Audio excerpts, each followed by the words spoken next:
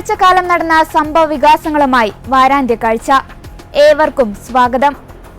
Thalassery archbishop Mar Joseph പാംബ്ലാനിക്കെതിരെ M V Govindan നടത്തിയ പ്രസ്താവനയും ജമ്മു കശ്മീരിലും ഹിമാചൽ പ്രദേശിലുമുണ്ടായ മേഘവിസ്ഫോടനവും മിന്നൽ പ്രളയവും, അതേസമയം കോതമംഗലത്ത് വിവാഹ വാഗ്ദാനം നൽകി മർദ്ദനത്തിനും മതമാറ്റ നിർബന്ധത്തിനും വിധേയയായ സോനയുടെ മരണവും, രാഷ്ട്രീയ വിവാദങ്ങൾക്കിടെ കേന്ദ്രമന്ത്രി സുരേഷ് ഗോപി വീണ്ടും തൃശൂരിലെത്തിയതുമാണ് ഈ ആഴ്ചയിലെ സംഭവ വികാസങ്ങൾ.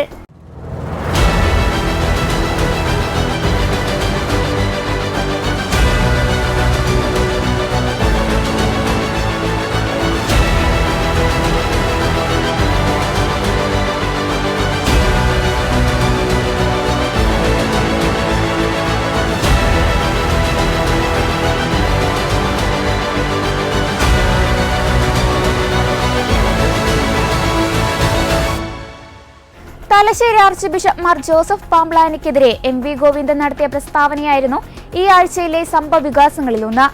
ഛത്തീസ്ഗഡിൽ അറസ്റ്റിലായ കന്യാസ്ത്രീകൾക്ക് ജാമ്യം ലഭിച്ചപ്പോൾ കേന്ദ്ര ആഭ്യന്തരമന്ത്രി അമിത്ഷായെ അഭിനന്ദിച്ചതിനാണ് എം വി ഗോവിന്ദൻ പിതാവിനെ അവസരവാദിയെന്ന് വിശേഷിപ്പിച്ചത്. ഇത്രയും ശക്തമായി അവസരവാദം പറയുന്ന മറ്റൊരാളില്ല എന്നായിരുന്നു എം വി ഗോവിന്ദൻ മാർ പാംബ്ലാനിക്കെതിരെ ഉന്നയിച്ച വിമർശനം. മുൻ ധനമന്ത്രി ഡോക്ടർ തോമസ് ഐസക്കിന്റെ പേഴ്സണൽ സ്റ്റാഫ് അംഗമായിരുന്ന ഗോപകുമാർ മുകുന്ദൻ ആർച്ച് ബിഷപ്പിനെ തെമ്മാടിയെന്ന് സോഷ്യൽ മീഡിയയിലൂടെ അധിക്ഷേപിച്ചതാണ് വിവാദങ്ങൾക്ക് തിരികൊളുത്തിയത്.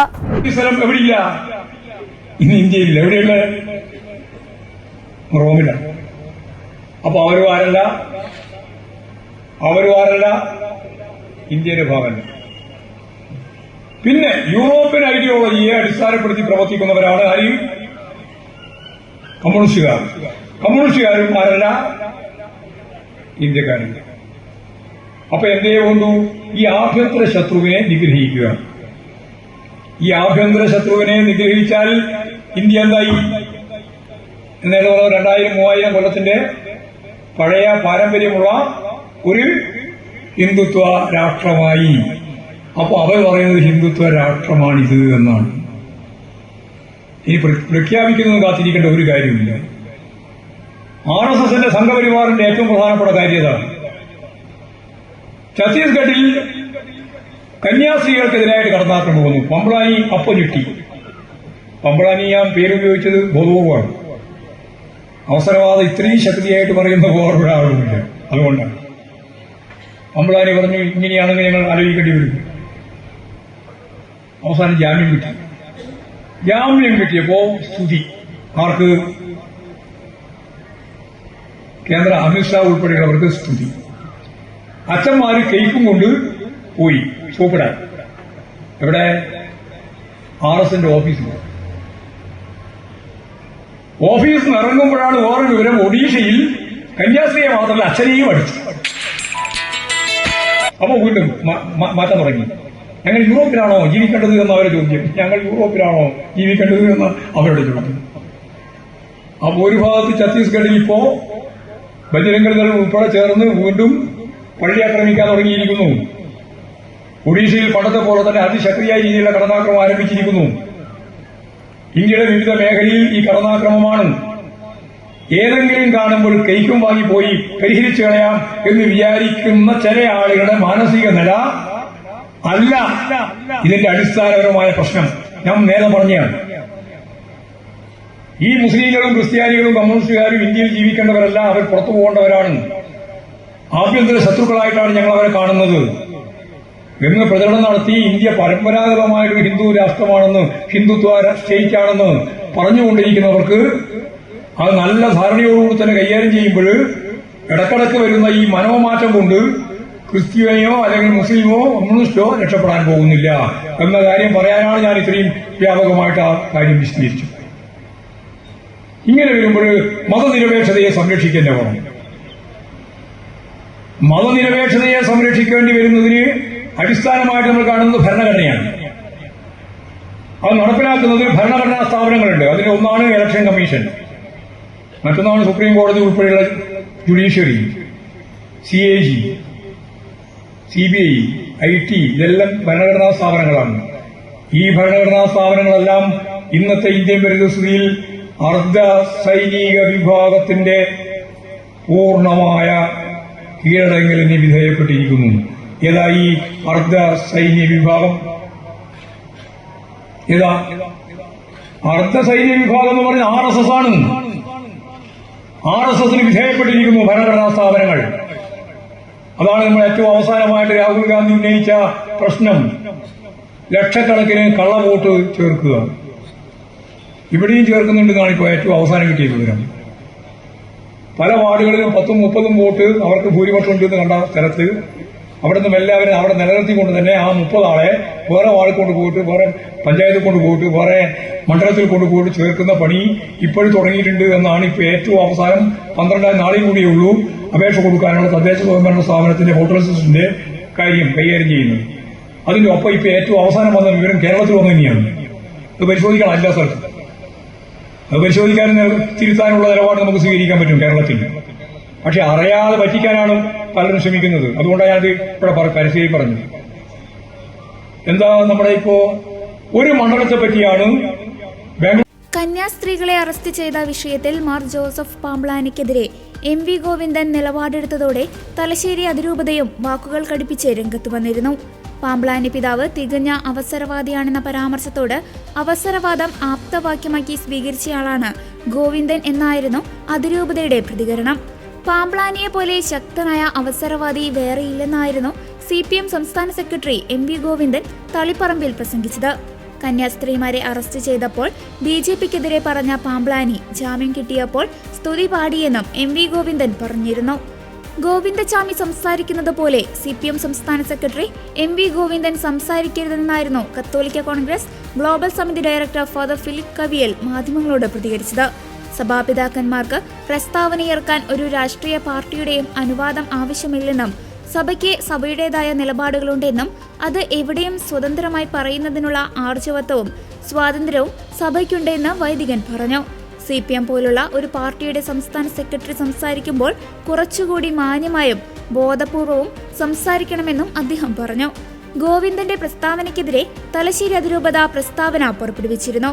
മാർ ജോസഫ് പാംബ്ലാനിക്കെതിരെ തരം താഴ്ന്ന പ്രസ്താവന നടത്തിയ CPM സംസ്ഥാന സെക്രട്ടറിയുടെ നിലപാടും ഫാസിസ്റ്റ് ശക്തികളുടേതിനെ സമാനമാണെന്ന് അതിരൂപത പ്രതികരിച്ചിരുന്നു. നമ്മളൊരു അപകടത്തിൽപ്പെട്ടപ്പോൾ നമ്മളെ സഹായിച്ചത് അത് ആരാണേലും അവർക്ക് നന്ദി പറയുന്നത് സംസ്കാരമുള്ളവരുടെ ഒരു നിലപാടാണ്. അതാണ് പിതാവ് പറഞ്ഞത്. അതിനെ മറ്റ് വ്യാഖ്യാനങ്ങൾ കൊടുത്ത് വളച്ചൊടിക്കേണ്ട കാര്യമില്ലെന്നാണ് എൻ്റെ അഭിപ്രായം. അല്ലെങ്കിൽ ഇപ്പം ഗോവിന്ദച്ചാമി പറയുന്നത് നമ്മൾ കാര്യമായിട്ട് എടുക്കുക. ആ നിലയിലേക്ക് സമുന്നതനായ ഒരു പാർട്ടിയുടെ പൊസിഷനിലിരിക്കുന്ന ഗോവിന്ദൻ മാഷ് സംസാരിക്കാൻ പാടില്ലെന്നുള്ളതാണ് ഞങ്ങളുടെയൊക്കെ അഭിപ്രായം. ജമ്മു കശ്മീരിലും ഹിമാചൽ പ്രദേശിലും ഉണ്ടായ മേഘവിസ്ഫോടനവും മിന്നൽ പ്രളയവുമാണ് ഈ ആഴ്ചയിലെ മറ്റൊരു പ്രധാന വാർത്ത. തുടർച്ചയായ മേഘവിസ്ഫോടനങ്ങളും വെള്ളപ്പൊക്കവും കാരണം വലിയ പ്രതിസന്ധിയാണ് ഹിമാചൽ പ്രദേശും ജമ്മു കശ്മീരും നേരിടുന്നത്. മൺസൂൺ ശക്തി പ്രാപിച്ചതിന് പിന്നാലെ ജനപ്രിയ വിനോദസഞ്ചാര കേന്ദ്രങ്ങൾ അപകട മേഖലകളായി മാറിയിരിക്കുന്നു. മേഘവിസ്ഫോടനത്തിന് പിന്നാലെ റോഡുകൾ തകരുകയും പാലങ്ങൾ ഒലിച്ചു പോകുകയും വൈദ്യുതി ലൈനുകൾ തകർന്നു വീഴുകയും ചെയ്തതോടെ ജനജീവിതം ദുസ്സഹമായി മാറിയിരിക്കുകയാണ്. അതിനാൽ ഹിമാചലിലേക്കോ ജമ്മു കശ്മീരിലേക്കോ ഇപ്പോൾ ട്രിപ്പുകൾ പ്ലാൻ ചെയ്യുന്നവർ യാത്ര താൽക്കാലികമായി മാറ്റിവെക്കണമെന്ന് അധികൃതർ അറിയിച്ചിട്ടുണ്ട്. കുളു മുതൽ ഷിംലയിലെ റാംപൂർ വരെയും ലഹൌൾ, സ്പിറ്റി മുതൽ ദരാലി വരെയും പ്രതികൂല കാലാവസ്ഥ കാരണമുള്ള തടസ്സങ്ങൾ നേരിടുന്നുണ്ട്. കുളു ജില്ലയിൽ ഉണ്ടായ 2 വ്യത്യസ്ത മേഘവിസ്ഫോടനങ്ങൾ ജനജീവിതം സ്തംഭിപ്പിച്ചു. ശ്രീഗൺ മഹാദേവ് പർവ്വത നിരകളിലെ ഭീംദ്വാരിക്കടുത്താണ് ആദ്യത്തെ മേഘവിസ്ഫോടനം റിപ്പോർട്ട് ചെയ്യപ്പെട്ടത്. ഇത് കുർപ്പാൻ നദിയിൽ ശക്തമായ വെള്ളപ്പൊക്കത്തിന് കാരണമായി. വെള്ളപ്പൊക്കമുണ്ടായതോടെ ബാഗിപ്പോൾ ബസാറിലെ ആളുകളെ ഒഴിപ്പിച്ചിരുന്നു. എന്നാൽ മണിക്കൂറുകൾക്ക് ശേഷം ബട്ടഹാർ ഗ്രാമത്തിന് മുകളിൽ മറ്റൊരു മേഘവിസ്ഫോടനം കൂടി ഉണ്ടായി. നിരവധി വാഹനങ്ങളും കോട്ടേജുകളും കൃഷിഭൂമിയും മേഘവിസ്ഫോടനം മൂലം നശിച്ചു. ഇതുവഴിയുള്ള വിനോദസഞ്ചാരികളുടെ യാത്ര ദുഷ്കരമായി മാറിയിരിക്കുകയാണ്. റാംപൂർ സബ് ഡിവിഷനിൽ നന്ദി ഗ്രാമത്തിനടുത്തുള്ള മേഘവിസ്ഫോടനത്തിൽ 2 പാലങ്ങളും കടകളും ഒരു പോലീസ് ഔട്ട് പോസ്റ്റും തകർന്നു. ഗാൻവിയുടെ താഴ്വരയിലെ ഗതാഗതം പൂർണ്ണമായും തടസ്സപ്പെട്ടിരുന്നു. അതേസമയം മാണ്ഡി ജില്ലയിൽ കനത്ത മഴയെ തുടർന്ന് വെള്ളപ്പൊക്കമുണ്ടാകുകയും റോഡുകൾ തകരുകയും ചെയ്തു. ഹിമാചൽ പ്രദേശിലെ സ്റ്റേറ്റ് എമർജൻസി ഓപ്പറേഷൻ സെന്റർ നൽകുന്ന കണക്കുകൾ പ്രകാരം നിലവിൽ 323 റോഡുകൾ തടസ്സപ്പെട്ടിരിക്കുകയാണ്. 130 ജലവിതരണ പദ്ധതികൾ തടസ്സപ്പെട്ടു. 79 പവർ ട്രാൻസ്ഫോമറുകൾക്ക് കേടുപാടുകൾ സംഭവിച്ചിട്ടുമുണ്ട്. കിഷ്ത്വാർ ജില്ലയിലെ മച്ചയിൽ മാതാക്ഷേത്രത്തിനു മുമ്പ് വാഹന സൗകര്യമുള്ള അവസാന ഗ്രാമമായ ചോസോട്ടിയിൽ മേഘവിസ്ഫോടനത്തിൽ നിരവധി മരണങ്ങൾ റിപ്പോർട്ട് ചെയ്തു. മരണസംഖ്യ ഇനിയും ഉയർന്നേക്കാമെന്നാണ് ഉദ്യോഗസ്ഥർ നൽകുന്ന മുന്നറിയിപ്പ്. പദ്ദറിലെ സബ് ഡിവിഷണൽ മജിസ്ട്രേറ്റിന്റെ നേതൃത്വത്തിലുള്ള രക്ഷാപ്രവർത്തകർ രക്ഷാപ്രവർത്തനം തുടരുകയാണ്. ഡെപ്യൂട്ടി കമ്മീഷണർ പങ്കജ് കുമാർ ശർമ്മയും ASP നരേഷ് സിംഗും സ്ഥലം സന്ദർശിച്ചിരുന്നു. അതേസമയം മുഖ്യമന്ത്രി ഒമർ അബ്ദുള്ള കേന്ദ്ര ആഭ്യന്തരമന്ത്രി അമിത്ഷായുടെ സ്ഥിതിഗതികൾ വിശദീകരിച്ചു. ദുരന്തത്തിന്റെ പശ്ചാത്തലത്തിൽ കിഷ്ത്വാറിലെ ജില്ലാ ഭരണകൂടം സ്വാതന്ത്ര്യ ദിനാഘോഷങ്ങൾ റദ്ദാക്കുകയും പതാക ഉയർത്തുന്നതിലും ദേശീയഗാനം ആലപിക്കുന്നതിലും മാത്രമായി ചടങ്ങൊതുക്കി. മറ്റ് സാംസ്കാരിക പരിപാടികളോ മറ്റ് ആഘോഷങ്ങളോ ഉണ്ടായിരുന്നില്ല. ദേശീയ ദുരന്ത നിവാരണ സേനയും സൈന്യവും സ്ഥലത്ത് തിരച്ചിലും രക്ഷാപ്രവർത്തനവും ഊർജിതമാക്കുന്നുണ്ട്. കോതമംഗലത്ത് വിവാഹ വാഗ്ദാനം നൽകി വീട്ടിൽ നിന്ന് ഇറക്കിക്കൊണ്ടുപോയി മർദ്ദനത്തിനും മതം മാറ്റ നിർബന്ധത്തിനും വിധേയയായ സോനയുടെ മരണം ഏവരെയും ഞെട്ടിപ്പിക്കുന്നതായിരുന്നു. ഓഗസ്റ്റ് 9 ശനിയാഴ്ച വീടിനുള്ളിൽ തൂങ്ങി മരിക്കുന്നതിന് മുൻപുള്ള ഒരാഴ്ചയോളം യുവതി അയച്ച വാട്സപ്പ് ചാറ്റുകൾ സുഹൃത്ത് റമീസിന്റെ ഫോണിൽ നിന്ന് പോലീസ് കണ്ടെടുത്തിരുന്നു. ഇതിനു പുറമെ ഇരുവരും ഒന്നിച്ചുള്ള ഒട്ടേറെ ദൃശ്യങ്ങളും ഫോണിലുണ്ട്. നിർണായക തെളിവുകൾ ഫോണിൽ നിന്ന് ലഭിച്ചെന്നും ഇതിന്റെ പരിശോധന പൂർത്തിയാക്കി ഫോൺ ഫോറൻസിക് പരിശോധനയ്ക്ക് അയക്കുമെന്നും അന്വേഷണ സംഘം അറിയിച്ചിരുന്നു. റമീസിനെ കസ്റ്റഡിയിലെടുത്തതിന് പിന്നാലെയുണ്ടായ ചോദ്യം ചെയ്യലിൽ ഈ ചാറ്റുകളും യുവതി എഴുതിയ ആത്മഹത്യാക്കുറിപ്പുമായിരുന്നു പോലീസ് അടിസ്ഥാനമാക്കിയത്. മൂവാറ്റുപുഴ ഡിവൈഎസ്പിയുടെ നേതൃത്വത്തിലുള്ള 10-അംഗ സംഘമാണ് കേസ് അന്വേഷിക്കുന്നത്. കോതമംഗലത്ത് 23-കാരി ആത്മഹത്യ ചെയ്ത സംഭവത്തിൽ അറസ്റ്റിലായ റമീസിന്റെ മാതാപിതാക്കൾ തിങ്കളാഴ്ച വരെ സ്വന്തം വീട്ടിൽ ഉണ്ടായിരുന്നു. തിങ്കളാഴ്ചയാണ് ഇവർ ഒളിവിൽ പോയതെന്നും അതുവരെ പോലീസ് ഇവരെ കസ്റ്റഡിയിലെടുക്കുകയോ ചോദ്യം ചെയ്യുകയോ ചെയ്തില്ലെന്നുമാണ് അറിയുന്നത്. ആത്മഹത്യ പ്രേരണയ്ക്ക് പ്രതി ചേർത്തിട്ടുള്ള ഇവരെ തിരക്കി പരക്കം പായുകയാണ് പോലീസ് ഇപ്പോൾ. ഓഗസ്റ്റ് 9 ശനിയാഴ്ച ഉച്ചയ്ക്ക് 2 മണിക്കാണ് യുവതി തൂങ്ങി മരിക്കുന്നത്. വൈകിട്ട് 5:40 കോതമംഗലം പോലീസ് FIR രജിസ്റ്റർ ചെയ്തപ്പോൾ അസ്വാഭാവിക മരണമെന്നാണ് രേഖപ്പെടുത്തിയിരുന്നത്. യുവതിയുടെ ആത്മഹത്യാക്കുറിപ്പ് അന്ന് തന്നെ പോലീസിന് ലഭിച്ചിരുന്നു. യുവതി ഉപയോഗിച്ചിരുന്ന ഫോണും പോലീസിന് ലഭിച്ചു. ആത്മഹത്യാക്കുറിപ്പിലെ വിവരങ്ങളും ഫോണിലെ ചാറ്റ് അടക്കമുള്ള കാര്യങ്ങളും കുറ്റകൃത്യം നടന്നിട്ടുണ്ട് എന്നതിലേക്ക് കൃത്യമായ സൂചന നൽകുന്നതാണ്. റമീസ് ആരാണെന്നതും മരണത്തിൽ റമീസിനുള്ള പങ്കും വിവരിക്കുന്ന കത്തിൽ മാതാപിതാക്കളെക്കുറിച്ചും പറയുന്നുണ്ട്. ഞായറാഴ്ച വൈകിട്ടാണ് റമീസിനെ പോലീസ് കസ്റ്റഡിയിലെടുക്കുന്നത്. ആദ്യം അസ്വാഭാവിക മരണത്തിന് കേസെടുത്ത പോലീസ് പിന്നീട് റമീസിനെ അറസ്റ്റ് ചെയ്യുകയും വിവാഹ വാഗ്ദാനം നൽകി പീഡിപ്പിക്കൽ, ആത്മഹത്യ പ്രേരണ, മർദ്ദനം തുടങ്ങിയ വകുപ്പുകൾ കൂടി ഉൾപ്പെടുത്തുകയായിരുന്നു. പിറ്റേന്ന് വീടും സ്ഥാപനങ്ങളും പൂട്ടി റമീസിന്റെ മാതാപിതാക്കളായ റഹീമും ഷെറിയും സ്ഥലം വിട്ടു. തങ്ങളെയും അറസ്റ്റ് ചെയ്തേക്കുമെന്ന ഭീതി കൊണ്ടോ അല്ലെങ്കിൽ നിയമോപദേശത്തിന്റെ അടിസ്ഥാനത്തിലോ ആവാം ഇവർ ഒളിവിൽ പോയതെന്നാണ് കരുതുന്നത്. റമീസിനും മാതാപിതാക്കൾക്കുമൊപ്പം ആത്മഹത്യാക്കുറിപ്പിൽ സുഹൃത്തായ സഹദിന്റെ പേരും പറഞ്ഞിട്ടുണ്ട്.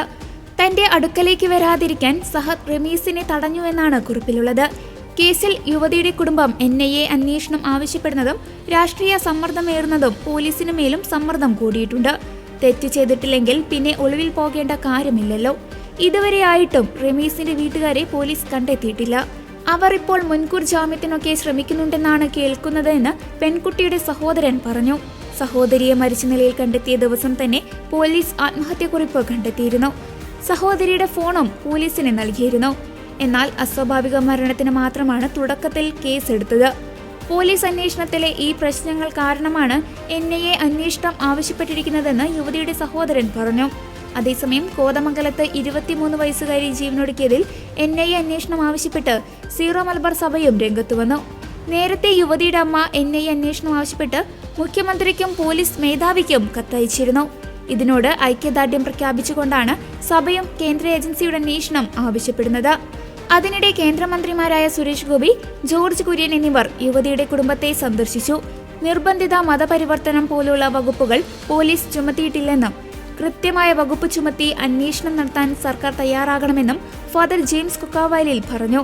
NIA കേസ് അന്വേഷിക്കണമെന്ന കാര്യം യുവതിയുടെ കുടുംബം കേന്ദ്രമന്ത്രിമാരുടെ ശ്രദ്ധയിലും പെടുത്തിയിട്ടുണ്ട്. ഇക്കാര്യത്തിൽ പ്രതികരിച്ച മന്ത്രി ജോർജ് കുര്യൻ കേസിന്റെ FIR അനുസരിച്ചാണ് NIA ഇടപെടുന്നത് എന്നാണ് പ്രതികരിച്ചത്. സംസ്ഥാന തലത്തിലാണ് ഇക്കാര്യത്തിൽ തീരുമാനമെടുക്കുക എന്നും അദ്ദേഹം പറഞ്ഞു. ഇടപെടുന്നതിന് FIR-ന്റെ അടിസ്ഥാനത്തിലാണ് അത് ഇടപെടലുണ്ടാകുന്നത്. അപ്പോൾ FIR എങ്ങനെയാണെന്നുള്ളത് മനസ്സിലാക്കട്ടെ. ആദ്യത്തെ ഞാൻ മനസ്സിലാക്കുന്നത് നാച്ചുറൽ ഡെത്തേ ഉള്ളതെന്നാണ്. Unnatural death, sorry. അപ്പോൾ അൺനാച്ചുറൽ ഡെത്ത് മാത്രമേ ആദ്യം വരുന്നത്. അത് കഴിഞ്ഞുള്ള എന്താ അഡീഷൻ എന്നുള്ളത് കിട്ടിയിട്ടില്ല. അപ്പോൾ അതിൻ്റെ അടിസ്ഥാനത്തിൽ അതിൻ്റെ പ്രൊസീജിയർ പൂർത്തിയായെങ്കിൽ മാത്രമേ അതിനെപ്പറ്റി അപ്പോൾ അതിൻ്റെ അടിസ്ഥാനത്തിൽ അതിൻ്റെ ബാക്കിയുള്ള കാര്യങ്ങൾ നമുക്ക് പറയാൻ സാധിക്കുകയുള്ളൂ.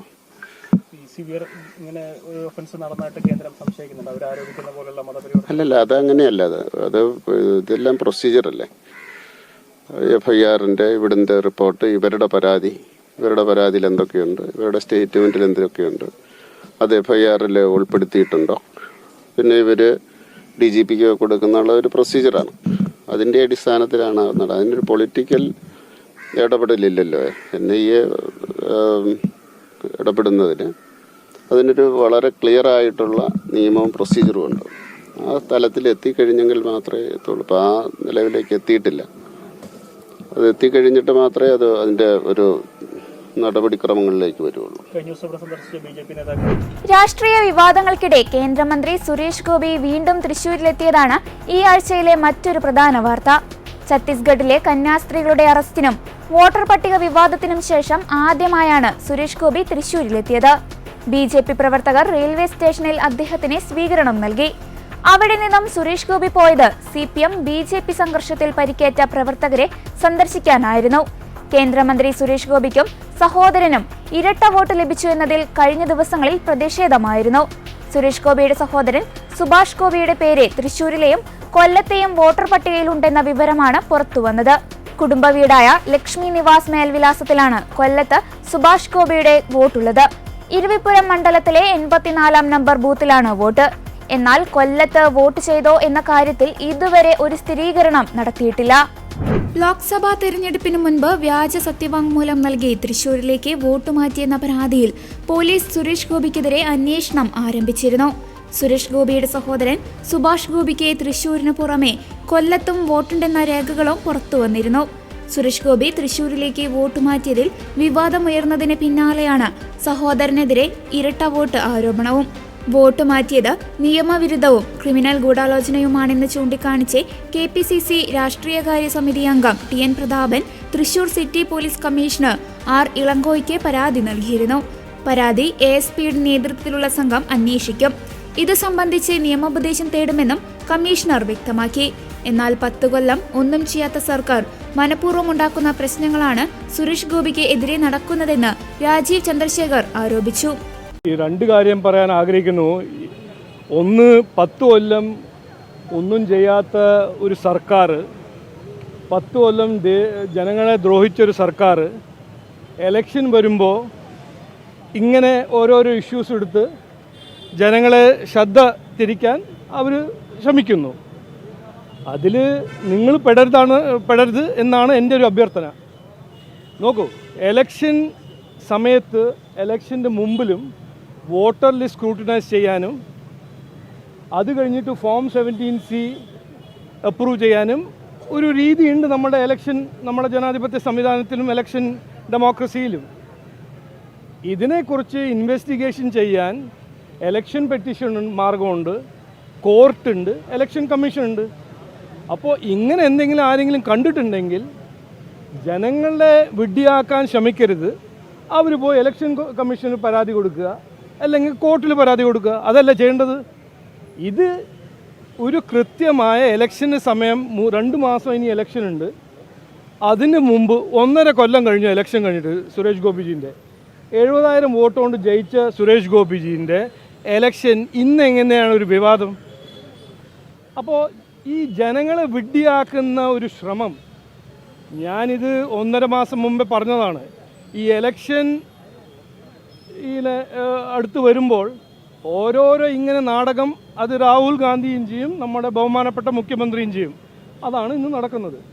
അങ്ങനെ എന്തെങ്കിലും ഒരു ജെന്യുവിൻ ഗ്രീവൻസ് ഉണ്ടെങ്കിൽ അവർ ഇതിനു വേണ്ടി കോൺസ്റ്റിറ്റ്യൂഷൻ, ഭരണഘടനയിലെ ഇൻസ്റ്റിറ്റ്യൂഷൻസ് ഉണ്ടല്ലോ, കോർട്ടുണ്ട്, ഇലക്ഷൻ കമ്മീഷൻ ഉണ്ട്, അവിടെ പോയിട്ട് പരാതി കൊടുക്കട്ടെ. അവർക്കും ഉണ്ടല്ലോ ലോയേഴ്സ്മാരെല്ലാം, അവർ പോയിട്ട് അവിടെ ചെയ്യട്ടെ. അതൊന്നും ചെയ്യില്ല. ജനങ്ങളെ ഇങ്ങനെ പ്രൊവോക്ക് ചെയ്യുക, നുണ പറഞ്ഞിങ്ങനെ നടക്കുക, ജനങ്ങളെ വെഡ്ഡിയാക്കാൻ ശ്രമിക്കുക, ജനങ്ങളെ ശ്രദ്ധ തിരിക്കാൻ അവരൊരു ശ്രമം. അല്ല, ഞാൻ പറയട്ടെ, ഞാനൊരു കാര്യം പറയട്ടെ. ഞാൻ എൻ്റെ തിരുവനന്തപുരം ലോക്സഭാ ഇലക്ഷൻ്റെ സമയത്ത്, ഇലക്ഷന് മുമ്പ് ഇലക്ഷൻ കമ്മീഷൻ വോട്ടർ ലിസ്റ്റ് പുറത്ത് വെച്ച് സ്ക്രൂട്ടിനിക്ക് തന്നപ്പോൾ 65,000 വോട്ട് ഞങ്ങൾ പോയിൻ്റ് ഔട്ട് ചെയ്തിട്ട് ഡിലീറ്റ് ചെയ്യിപ്പിച്ചില്ലേ? അത് പാർട്ടി ചെയ്യേണ്ട കാര്യങ്ങളല്ലേ? അത് അവരുടെ അവകാശമാണ്, അവരുടെ ഒരു കടമയാണ്. ഞാൻ ഇതിൻ്റെ മെറിറ്റിൽ പോകുന്നില്ല. ഇങ്ങനെ എന്തെങ്കിലും ഒരു ഇഷ്യൂ ഉണ്ടെങ്കിൽ നമ്മുടെ സംവിധാനത്തിൽ, നമ്മുടെ ഒരു സെറ്റപ്പിൽ ആരാണ് ഇൻസ്റ്റിറ്റ്യൂഷൻ ഇത് നോക്കേണ്ടത്? അത് കോർട്ടും ഉണ്ട്, ഇലക്ഷൻ കമ്മീഷൻ ഉണ്ട്. അവിടെ പോയി പരാതി കൊടുക്കുക. ഇതെന്തിനാണ് മീഡിയന് മുമ്പിൽ വന്നു ഓരോരോ? അത് നിങ്ങളൊരു കൺക്ലൂഷൻ തെളിവെന്നപ്പോൾ അങ്ങനെ തെളിവുണ്ടെങ്കിൽ കോർട്ടിൽ പോവുക. എന്താണ് നിങ്ങൾക്ക്? അല്ല, കോർട്ടിൽ പോകുന്നത് അല്ല, നിങ്ങൾ ഇത് തീരുമാനിച്ചാൽ നിങ്ങൾ തീരുമാനിച്ചോളൂ. അല്ല, നിങ്ങൾ കോർട്ടാണെങ്കിൽ പിന്നെ നമുക്ക് കോർട്ട് പൂട്ടി വെക്കാം. അല്ല ഞാൻ പറയട്ടെ, ഞാനൊരു കാര്യം പറയട്ടെ. രാഷ്ട്രീയ നേതാവെന്ന് ആ ലെവലിൽ ഞാൻ ഡ്യൂ റെസ്പോൺസിബിലിറ്റി ഉള്ളതല്ല പറയേണ്ടത്. ഞാൻ പറയുന്നത് എന്താണ്, ഇത് ചെയ്യേണ്ടത്, ഇത് തീരുമാനിക്കേണ്ടത് കോർട്ടും ഇലക്ഷൻ കമ്മീഷനാണ്. അതിനേക്കാൾ കൂടുതൽ എന്താ ഞാൻ പറയേണ്ടത്? ജനങ്ങളോട് ഇതാണ് പറയേണ്ടത്. ഇത് നിങ്ങളും അതാണ് പറയേണ്ടത്. ഇങ്ങനെ ആരെങ്കിലും ഒരു തെറ്റ് ചെയ്ത് ഒരു ആരോപണം ഉണ്ടെങ്കിൽ നമ്മളെല്ലാം അത് കൺക്ലൂഡ് ചെയ്യേണ്ടത്. അതൊരു കോർട്ട് പ്രോസസ്സ് ഉണ്ട്. ഇന്നസെന്റ് ടിൽ പ്രൂവൺ ഗിൽറ്റി എന്ന് പറഞ്ഞാൽ കേട്ടിട്ടുണ്ടല്ലോ. അപ്പോൾ ഇന്നസെന്റ് ടിൽ പ്രൂവൺ ഗിൽറ്റിൻ്റെ അർത്ഥം ഒരു കോർട്ട് ആ പരാതി ഇൻവെസ്റ്റിഗേറ്റ് ചെയ്ത് അതിൻ്റെ എന്താണ് കറക്റ്റ്നെസ് അത് അവർ തീരുമാനിക്കും. അത് സുരേഷ് ഗോപിയോട് ചോദിക്കണം. അത് എന്നോട് ചോദിച്ചൊരു കാര്യമില്ലല്ലോ. അല്ല, 70,000 വോട്ട് കൊണ്ട് ജയിച്ചൊരു സുരേഷ് ഗോപിയോട് 6 വോട്ടിനെ കുറിച്ച് നിങ്ങൾ ചോദിക്കുമ്പോൾ 6-5 വോട്ട് അല്ല, 10 വോട്ടായിക്കോട്ടെ, 70,000 വോട്ടല്ലല്ലോ. 70,000 വോട്ട് എണ്ണിയിട്ടുണ്ടോ? നോക്ക്, ഇതല്ല ഞാൻ പറയുന്നില്ലേ, നിങ്ങൾ ഒരു ട്രാപ്പിൽ പിഴതാണ് എൻ്റെ ഒരു അഭ്യർത്ഥന. 2 മാസം ഇനി ഇലക്ഷൻ ഉണ്ട്. 10 കൊല്ലം ഇവരൊന്നും ചെയ്തിട്ടില്ല. 1.5 കൊല്ലം കഴിഞ്ഞു ഇലക്ഷൻ കഴിഞ്ഞിട്ട്. ഇപ്പോഴാണ് ഇവർക്ക് ഒരു ഐ ഓപ്പണിങ്. ഇതുവരെ ഒന്നും ഈ ഇഷ്യൂ ആയിരുന്നില്ലേ? ഇലക്ഷൻ എപ്പോഴാണ് കഴിഞ്ഞ്? മെയ് 24 ഐ ഓപ്പൺ ആയി. അല്ല, അത് നിങ്ങൾ പറയുന്നു. എന്തിനാണ് ഇപ്പോൾ അവർ ചെയ്യുന്നത്? അതൊന്നും ഒന്നും മനസ്സിലാക്കണ്ടേ? അങ്ങനെ പറഞ്ഞു ഞാൻ, നിങ്ങൾ പറഞ്ഞു എൻ്റെ ഭഗവാനെ ഒന്നും പറയല്ലേ. ഞാൻ ഇതൊന്നും പറഞ്ഞില്ല. ഞാൻ പറഞ്ഞത് ഇങ്ങനെ ഒരു തെറ്റ് അവർ കണ്ടുപിടിച്ചിട്ടുണ്ടെങ്കിൽ, ഒരു ആരോപണം ഉണ്ടെങ്കിൽ നമ്മുടെ സെറ്റപ്പിൽ ഒരു കോർട്ട് പ്രോസസ്സ് ഉണ്ട്. ഇന്നസെൻറ്റിൽ പ്രൂവൺ ഗിൽറ്റി എന്ന് പറഞ്ഞ ഒരു കാര്യം നമ്മൾ മനസ്സിലാക്കണം. നിങ്ങളെല്ലാം തീരുമാനിക്കേണ്ടത്. രാഹുൽ ഗാന്ധി കൃത്യമായിട്ട് എല്ലാം തീരുമാനിക്കേണ്ടത്. രാഹുൽ ഗാന്ധി ഇപ്പോൾ ജയിലിൽ എന്താ ഇല്ലാത്തത്? നാഷണൽ സ്കാം നമ്മൾ കേട്ടിട്ടില്ലേ? എന്തുകൊണ്ടാണ് പുള്ളിക്കാരൻ ജയിലിൽ ഇരിക്കാത്തത്? ഇത് എത്ര തവണ നമ്മൾ കണ്ടിട്ടുണ്ട്. ഇത് എത്ര തവണ നിങ്ങൾ ചോദിച്ചിട്ടുണ്ട്. കഴിഞ്ഞ 11 കൊല്ലം ഈ ഒരു പ്രശ്നം എത്ര തവണ നിങ്ങൾ ചോദിച്ചിട്ടുണ്ട്. ജസ്റ്റിസ് ലോയനെ കുറിച്ച് പറഞ്ഞിട്ടുണ്ട്, റഫാലിനെ കുറിച്ച് പറഞ്ഞിട്ടുണ്ട്, EVM-നെ കുറിച്ച് പറഞ്ഞിട്ടുണ്ട്. ഒരു ഗുരുതരമായ ആരോപണം. രാഹുൽ ഗാന്ധി പറയുന്നത് പച്ച നുണയാണെന്ന് ഞാൻ ഇന്ന് പറയുന്നു. അതിൽ ഒരു ഗുരുതര ആരോപണമല്ല. അത് അവരൊരു തന്ത്രമാണ്, അവരൊരു രാഷ്ട്രീയമാണ്. ജനങ്ങളെ വിഡ്ഢിയാക്കാൻ ശ്രമിക്കുന്ന ഒരു പാർട്ടിയാണ് കോൺഗ്രസ് പാർട്ടി. അവരുടെ ബി ടീമാണ് CPM. ഞാൻ കൃത്യമായി എന്ന് പറയുന്നു. അത് പ്രിന്റ് ചെയ്തു. തിരുവനന്തപുരത്ത് സ്ഥിര താമസക്കാരനായ സുരേഷ് ഗോപി വ്യാജ സത്യപ്രസ്താവന ഉൾപ്പെടെ ബോധിപ്പിച്ച് നിയമവിരുദ്ധ മാർഗത്തിലൂടെയാണ് തൃശൂർ നിയമസഭാ മണ്ഡലത്തിലെ 115-ാം നമ്പർ ബൂത്തിൽ വോട്ട് ചേർത്തതെന്ന് പരാതിയിൽ പറയുന്നു. ജനപ്രാതിനിധ്യ നിയമം അനുസരിച്ച് സ്ഥിര താമസക്കാരനായ വ്യക്തിക്ക് മാത്രമേ ആ ബൂത്തിൽ വോട്ട് ചേർക്കാൻ സാധിക്കുകയുള്ളൂ. പതിറ്റാണ്ടുകളായി സുരേഷ് ഗോപിയും കുടുംബവും തിരുവനന്തപുരം നിയമസഭാ മണ്ഡലത്തിലെ ശാസ്തമംഗലം ഡിവിഷനിലെ 22/1788 എന്ന വീട്ടുനമ്പറിൽ സ്ഥിര താമസക്കാരാണ്. തിരുവനന്തപുരം കോർപ്പറേഷൻ ശാസ്തമംഗലം ഡിവിഷനിൽ അദ്ദേഹത്തിന്റെയും കുടുംബാംഗങ്ങളുടെയും പേരുകൾ അദ്ദേഹം കേന്ദ്രമന്ത്രിയായതിനു ശേഷം നടന്ന റിവിഷനിലും അതേപടി തുടരുന്നെന്നത് അദ്ദേഹം നടത്തിയ കൃത്രിമത്തിന് തെളിവാണെന്നും പരാതിയിൽ പറയുന്നു. ഇതോടെ വാരാന്ത്യ കാഴ്ച പൂർണ്ണമാകുന്നു. അടുത്ത ആഴ്ച വീണ്ടും കാണാം. നന്ദി.